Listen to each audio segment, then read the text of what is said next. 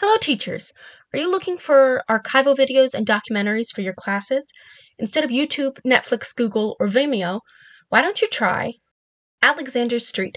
This database is from the same parent company as ProQuest, and it's specifically for videos. Starting with the top of the homepage, we have the typical elements of a homepage. We have the menu button, we have the main title of the page, some examples of their work, as well as a search up in the top corner. Looking specifically at the menu button and bar, this will be where we navigate from most of the time. The first part of the menu bar I want to explore is the My Collections. This would be all of the collections that Alexander Street has that you have access to.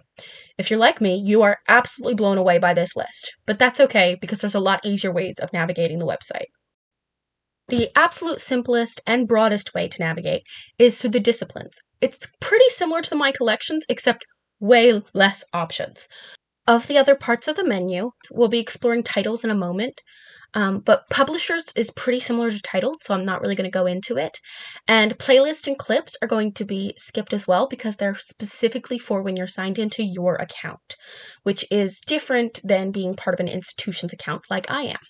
So, going into titles, this is what it looks like when you click on that titles option. So from there, you can refine your search using include sample content, which is the toggle that you see, sorting from discipline, and refining your search through author/creator, publisher, date published or released, date written or recorded, format, content type, genre, and subject.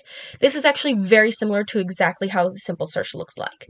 So I'm not going to go over simple search either.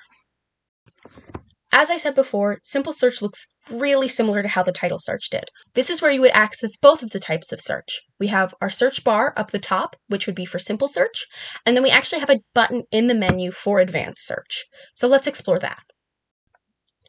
There are so many things that advanced search can do that I've actually split it into two separate slides.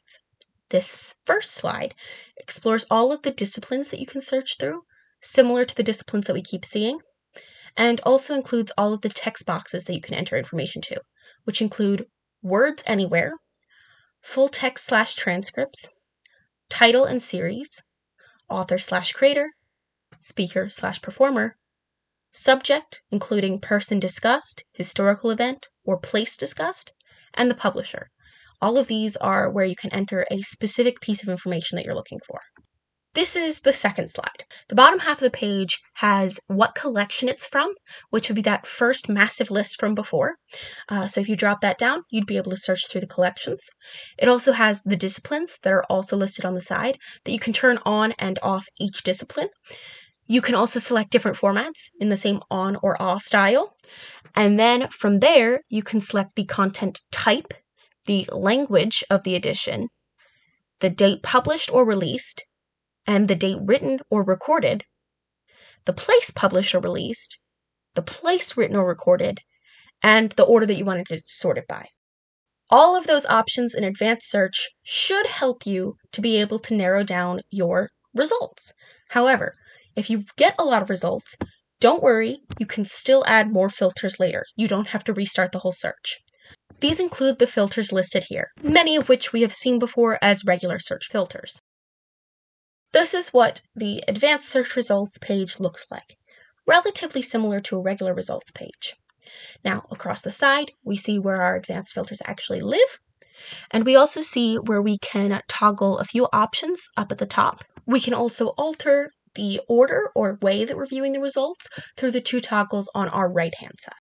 By hitting the buttons all the way on our right-hand side next to each result, we can either save the result to a playlist, email it, or share it some other way. And while there's only some information about each item here, there's also a way that we can view more details. Under each image, there's a link that says See Details. I absolutely love this feature because instead of having to open up each result to see more information, we can see the information right from the search results page. So we can see if we even need to open it up and explore it more. I do want to clarify that my example search was libraries, and incidentally, the first result was written. This was written by Alexander Street specifically, so it's still within their collections. Another one of my favorite features is what happens when you add it to a list. If you're not signed in, It won't create separate lists for you, but you can create a sort of temporary list. This temporary list will be a place to hold all of your citations or chosen videos. From there, you can choose ways to share it to yourself as a full, complete list instead of each individual result.